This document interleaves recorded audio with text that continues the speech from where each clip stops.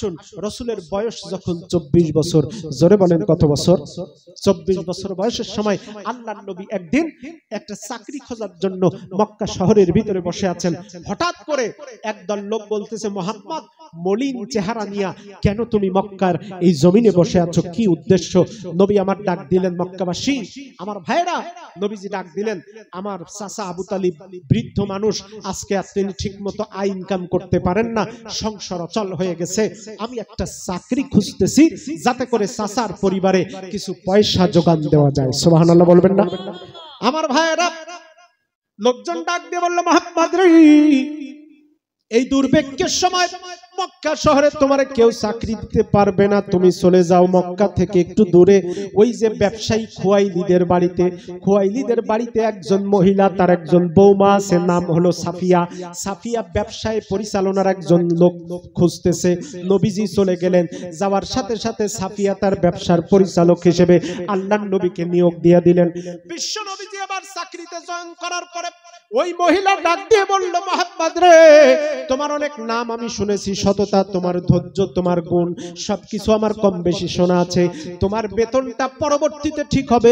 তোমার first assignment হলো তুমি আমার দাসী মাইসারাকে সাথে করে নিয়ে সিরিয়া থেকে একটা ব্যবসা পরিচালনা করে আসার পর লাভ লোকসানের উপরে ভিত্তি করে আমি তোমার বেতন ঠিক করব। আল্লাহর নবী চলে গেলেন। 1.5 মাস ধরে সিরিয়াতে ব্যবসা করার পরে মক্কায় চলে আসলেন।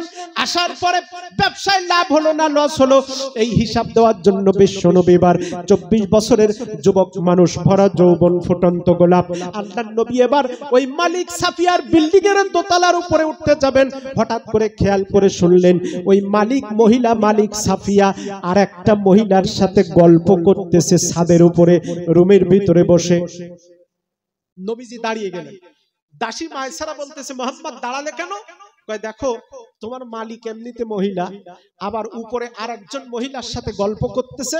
তুমি তো জানো অপরিচিত মহিলাদের সামনে যেতে আমি একটু লজ্জা বোধ করি, লাজুক হয়ে যাই। আমি তোমার মালিক সাফিয়ার কাছে যেতে চাই না, হিসাবটা তোমার কাছে দিলাম, তুমি নিয়ে চলে যাও। এখন মাইসারা বলতেছে, মুহাম্মদ, ওই যে মহিলাটা আমার মালিকের সাথে সাফিয়ার সাথে গল্প করতেছে, ওই মহিলাটা আমার মালিক সাফিয়ার স্বামীর বোন, তার মানে ননদ। ননদ আর ভাবি গল্প করতেছে, অসুবিধা নাই। নবীজি বললেন, তাও আমি যেতে চাই না, তোমার কাছে হিসাবটা পাঠিয়ে দিলাম, নিয়ে যাও। মাইসারা এবার দোতলায় গেলেন, দরজায় টোকা দিলেন, দরজা খুলে গেল। খুলে যাওয়ার সাথে সাথে এবার ওই যে মালিক সাফিয়া বলতেছে, মাইসারা তুমি একলা কেন আসলে? মুহাম্মদ কোথায়? ব্যবসার খবর কি?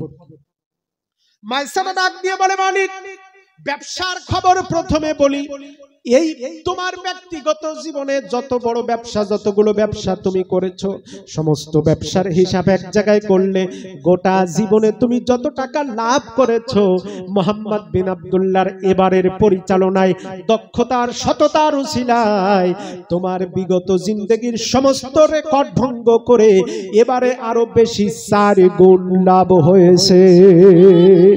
আরো জোরে বলেন না সুবহানাল্লাহ। যেই বলেছে সেই বলতেছে, মুহাম্মদ তো খুব দারুণ লোক, তাড়াতাড়ি ডাকো, ডাবল বেতন বোনাস দেব।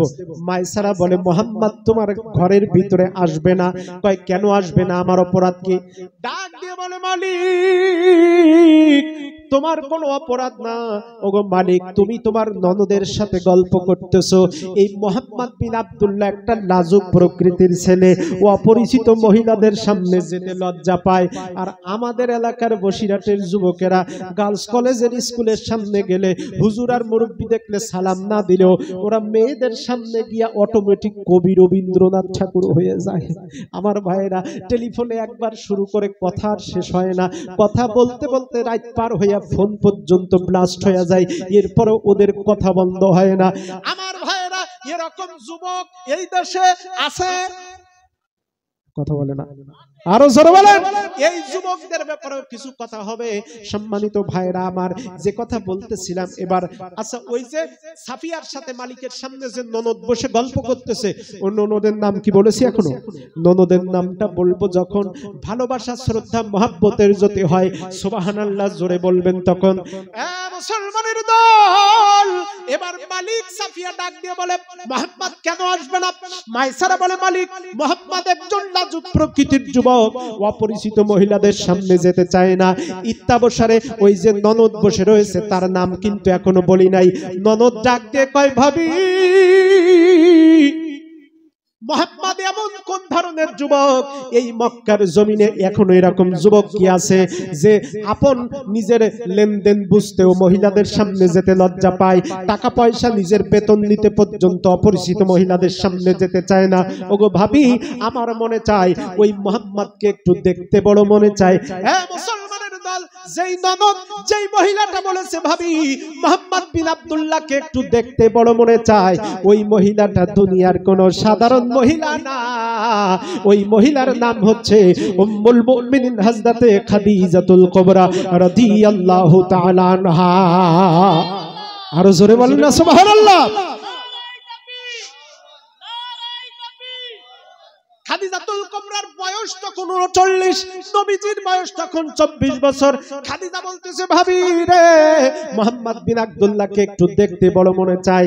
এইবার ভাবিও বলতেছে, আমিও তো এরকম কোন সুযোগের অপেক্ষায়। ডাক দিয়ে এবার ভাবি ননদের হাত ধরে নিয়ে বললেন, খাদিজা রে তাকায় দেখো রে, ওই যে মুহাম্মদ বিন আব্দুল্লাহ শান্তশিষ্ট মানুষটা দাঁড়িয়ে আছে। খাদিজাতুল কুবরা ডাক দিয়ে বললেন, জগৎবাসী আমি মুহাম্মদ বিন আব্দুল্লাহকে যেদিন প্রথম দেখলাম, আমি বিল্ডিং এর ছাদের উপরে দাঁড়াইয়া মুহাম্মাদের পাও থেকে মাথা পর্যন্ত তাকায়া বড় অবাক হয়ে গেলাম। আমি ভাবলাম, হায় রে, প্রচন্ড রোদের ভিতরে, সৌদি আরবের 80 ডিগ্রি 60 ডিগ্রি তাপমাত্রার ভিতরে প্রচন্ড রোদে পাথর পর্যন্ত পুড়ে আগুনের মতো অঙ্গার মতো হয়ে যায়।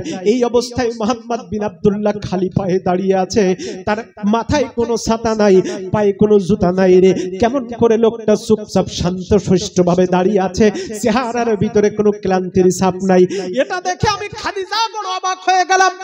দুনিয়াবাসী হঠাৎ করে কে যেন আমার অন্তরের ভিতরে হাত করে দিল, খাদিজা মুহাম্মাদের পাও থেকে মাথা পর্যন্ত দেখলা, একটু আসমানের দিকে তাকাও। আমি খাদিজা একটু আসমানের দিকে তাকালাম, আমি তাকায় দেখলাম আসমানের এক খণ্ড মেঘ এসে আমার মুহাম্মদ বিন আব্দুল্লাহর ছায়া দান করে আছে। আর জোরে বলেন সুবহানাল্লাহ। আমার ভাইয়েরা, খাদিজাতুল কুবরা এই দৃশ্য দেখে ঘরের মধ্যে চলে গেলেন। খুব অস্বস্তি, দরজা আর খোলে না, খাবার দাবার ঠিক মতো খায় না, কারোর সাথে কথা বলে না। ভাইরা আমার, ইত্যাবসারে ছোট্ট 30 সেকেন্ড আর একটু পিছনে যাই। এর আগে, আজকের এই ঘটনার আগে খাদিজার বিয়া হয়েছে 2 বার। জোরে বলেন কয়বার? আর জোরে বলেন 2 বার। প্রথমবার যার সাথে বিয়া হয়েছে 5 থেকে 6 বছর, কেউ বলেছেন 3 বছর। 3 বছর পরে যখন ওই প্রথম স্বামী মারা গেছে, ওই স্বামী মারা যাওয়ার সময় তার হাজার হাজার কোটি টাকার সম্পত্তি ছিল। এখন মারা যাওয়ার সময় সমস্ত টাকা খাদিজারে দিয়ে কয়, খাদিজা তোমার মতো সৎ ব্যক্তি দুনিয়াতে আমি কাউকে দেখি নাই, যত টাকা আছে আমার সব আজকে থেকে হয়ে গেল তোমার, তুমি ভালো কাজে ব্যয় করবা। এই বলে প্রথম পক্ষের স্বামী মারা গেল। খাদিজা কোটি কোটি টাকার মালিক। কিছুদিন পরে আরেকটা বিয়ে হয়ে গেল, ওই স্বামী মারা গেল 3 মাস পরে, কেউ লিখেছেন 3 দিন পরে। ওই স্বামীর কোনো ভাই বোন ছিল না, ওই স্বামীর কোনো ওয়ারিশ ছিল না, ওই স্বামীর যত টাকা এটাও খাদিজাতুল কুবরা পাইলেন। আবার বাবার কাছ থেকে ওয়ারিশ সূত্রে কোটি কোটি টাকার মালিক। এখন হিসাব করে দেখা যায় মক্কার ভিতরে সবচাইতে বেশি টাকা খাদিজার। জোরে বলেন সুবহানাল্লাহ। খাদিজার যখন এত টাকা, দেখবেন আমাদের উপমহাদেশে গ্রাম বাংলায় গরিব মানুষের একটা মেয়ে স্বামী যদি কিছুদিন বিয়ের পরে মারা যায়, তাহলে এলাকার লোক বলে মহিলাটা অপয়া, অলক্ষণীয়, এ ধরনের আজে বাজে কথা বলে। তার আর বিয়ে করার জন্য ছেলে খুঁজে পাওয়া যায় না। যদি পাওয়াও যায়, তারপরে বলা হয় মেয়ের যত সম্পত্তি আছে ছেলের নামে আগাম লিখে দেওয়া লাগবে, ব্যাংকে টাকা পয়সা 3 লাখ দেওয়া লাগবে, একটা R15 মোটরসাইকেল দেওয়া লাগবে, গাড়ি দেওয়া লাগবে, 3টা বাড়ি দেওয়া লাগবে, হ্যানস্যান এই সমস্ত শর্ত দেয়। এরপরও ঠিক মতো তার কপালে সুখ হয় না। কিন্তু মেয়ে যদি বড় লোকের হয়, 10টা বিয়া হইলেও তার রাতারাতি জামাইয়ের অভাব হয় না। কথা বলেন ঠিক কিনা? খাদিজাতুল কুবরা এমনিতে চরিত্র ভালো, এমনিতে তিনি তাহেরা পবিত্রা নারী, আবার তিনি ভালো একজন ব্যক্তি, আবার তিনি কোটিপতির সন্তান, আবার নিজেও কোটিপতি। এখন সিরাত ইবনে হিশাম ছোট্ট করে একটু পয়েন্ট লিখে দিয়েছে। এই অবস্থায় আবু জাহেল পর্যন্ত এই খাদিজাতুল কুবরাকে বিয়ার প্রস্তাব দিল, কারণ ওদের টার্গেট খাদিজা না, ওদের টার্গেট খাদিজার টাকা। কথা কয় না। যেই সমস্ত স্ত্রীরা, যেই সমস্ত ছেলেরা বিয়ার সময় মেয়ের চরিত্র দেখে না, মেয়ের ধর্মের প্রতি আসক্তি দেখে না, নামাজ কালাম কতটুকু, পর্দা কতটুকু করে এটা না দেখে মেয়ের বাপের টাকা দেখে জিব্বা লক লক করে বিয়া করে, ওই সমস্ত ছেলেদের কপালে বড় লোকের বেটি পায় ঠিকই, কিন্তু শান্তি জোটে না, কারণ নিয়াতে গলদ ছিল। ও মুসলমান, আপনি যদি যুবক যারা আছে রাতের বেলা যদি আল্লাহর কাছে হাত তুলে কান্দে, আল্লাহ যেভাবে এলাকায় বড় লোকের মেয়ে বিয়ে করার পরে বিভিন্ন কারণে অকারণে স্বামীরে বউতে ধরে কসম দেয়, ওই রকম বউ যেন আমার কপালে না আসে, আমি যেন অন্তত তোমাকে ভয় করা তাকওয়াবান একটা স্ত্রী পাই। বিশ্বাস করেন, তাহাজ্জুদে কাঁদতে দেরি আল্লাহর পক্ষ থেকে কবুল করতে দেরি হবে না। তো আবু জাহেল, উতবা সাইবা মুরব্বীরা পর্যন্ত খাদিজারে বিয়ার প্রস্তাব দিল। খাদিজাতুল কুবরা কয়, আব্বা এখন তো যুবক বাদে বুড়ারা পর্যন্ত টাকার লোভে আমাকে বিয়ার প্রস্তাব দিচ্ছে, আমি খাদিজা ওয়াদা করলাম, কসম করলাম, আমি খাদিজা জীবনে বিয়া করব না। এভাবে 10 বছর চলে গেছে। আজকে খাদিজার বয়স 39, রাসূলের বয়স 24 বছর। খাদিজা এবার ঘরের ভিতরে রাসূলকে দেখে দরজা দিলেন, কথা বলে না। ভাবি এসে বলতেছে, খাদিজা রে, মুহাম্মদ বিন আব্দুল্লাহকে দেখে ঘরে দরজা দিলা কেন? কি অসুবিধা তোমার? কয়, কোনো অসুবিধা না, আমি মুহাম্মদ বিন আব্দুল্লাহ রে এখনই আমার চাকরি, আমার ব্যবসার ম্যানেজার হিসেবে দেখতে চাই। ভাবি তো বিষয়টা জানে। ভাবি বলল, ঠিক আছে, মুহাম্মাদের মতো এত সুন্দর, এত সৎ লোক, যোগ্য লোক তো দিতে মন চায় না, কিন্তু তোমার দিকে তাকায় দিয়া দিলাম, তোমার অবস্থা বেশি ভালো মনে হচ্ছে না, এবার দিয়ে দিলেন। রাসূলকে নিজের ব্যবসায় প্রতিষ্ঠিত করে 1 বছর রাসূল কিভাবে ব্যবসা বাণিজ্য চালালেন এটা আরেকদিন বলবো। এবার 1 বছর পার হওয়ার পরে খাদিজাতুল কুবরা নিজেই আল্লাহর রাসূলকে সরাসরি বিয়ের প্রস্তাব দিলেন। জোরে বলেন মারহাবা, সুবহানাল্লাহ বলবেন না? নারায়ে তাকবীর। আল্লাহর রাসূল এবার বাড়িতে গেছেন লজ্জা অপনত চেহারা নিয়ে।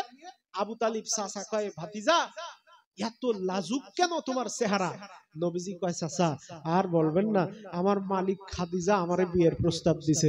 নবীজির চাচা আবু তালিব কয়, রে মুহাম্মদ বিন আব্দুল্লাহ, আমার কলিজার ভাতিজা, যদিও বয়সে তোমার সাথে খাদিজার একটু ডিফারেন্স, কিন্তু আমি আবু তালিবের মতে তোমার মতো মুহাম্মদ বিন আব্দুল্লাহর জন্য খাদিজার চাইতে উত্তম কোন নারী মক্কায় চরিত্রবান আর কেউ তোমার জন্য হতে পারে না। জোরে বলেন সুবহানাল্লাহ। নবীজি এবার বিয়ে করলেন, 20 খানা উট পণ দিয়া, কি বলে, মোহরানা দিয়া রাসূল বিয়ে করলেন। আমার ভাইরা, এইবার একটা সমস্যা হলো, এক বুড়া চাচা গিয়ে, ওই যে এলাকার কিছু লোক থাকে, মানুষকে দেখলে একটা খোঁচা না মারলে তার পেটের ভাত হজম হয় না, এরকম কিছু লোক আছে না? তো এইরকম এক মুরব্বি গিয়া কয়, চাচারা, কয় কি হয়েছে? কয়, তোমরা বছরের পর বছর ধরে যে মুহাম্মদ বিন আব্দুল্লাহকে তোমাদের বিয়ার প্রস্তাব দিয়েছো, সেই মুহাম্মদ বিন আব্দুল্লাহ তোমাদের সেই, কি বলে, যেই খাদিজাতুল কুবরাকে তোমরা নিজেরা বিয়ে করার জন্য প্রস্তাব দিয়েছো, সেই খাদিজাতুল কুবরা তোমাদের ভাইস্তা মুহাম্মদ বিন আব্দুল্লাহর সাথে বিয়ে করছে। জোরে বলেন সুবহানাল্লাহ। ওরা এবার বলতেছে, তাই? ও, যে জিনিস পায় না তার প্রতি রাগটা বেশি হয়। ওরা বলতেছে, তাইলে খাদিজা শেষ পর্যন্ত মুহাম্মদ বিন আব্দুল্লাহরে বিয়ে করছে, খাদিজা জীবনে ঠকে গেছে। কি হইছে? কি হইছে? ঠকে গেছে। এখন খাদিজার জীবন ধ্বংস হয়ে গেছে। এটা শোনার পর নবীজি বাড়িতে আসলেন, ডাক দিয়ে কয়, খাদিজা। খাদিজাতুল কুবরা কয়, স্বামী চেহারাটা মলিন কেন জানতে চাই আমি। নবীজি বলেন, খাদিজা তুমি আমার বিয়ে করে আসলে কি ঠকে গেছো? তোমার জীবনটা কি নষ্ট হয়ে গেল? খাদিজাতুল কুবরা বলেন, স্বামী কে এই কথা বলল? নবীজি বলেন, খাদিজা।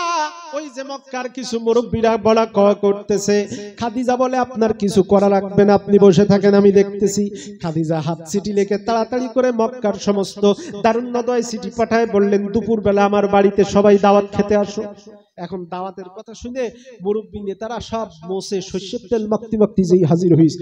এইবার বাড়িতে গিয়ে বসছে, খাবারও রেডি, সব খাবার জন্য, কি বলে, উদ্গ্রীব হয়ে আছে। এমন সময় খাদিজা সবার সামনে এসে বলতেছে, মক্কাবাসী এখন তোমাদের খাবার দেব না। কেন? মক্কাবাসী তোমাদের উপরে আমার একটা অভিযোগ। তোমাদের আমাদের উপর তোমার অভিযোগ। খাদিজাতুল কুবরা কথা বলার পরে এবার মক্কাবাসী বলতেছে কি অভিযোগ বলো।